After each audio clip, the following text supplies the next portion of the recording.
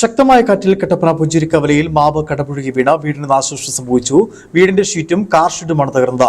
കട്ടപ്പന പുഞ്ചിരിക്കവല മാലിപ്പറമ്പിൽ പ്രിൻസിന്റെ വീടിനാണ് മാവ് കടപുഴകി വീണ് നാശനഷ്ടമുണ്ടായത്. അപകടത്തിൽ ആർക്കും പരിക്കില്ല.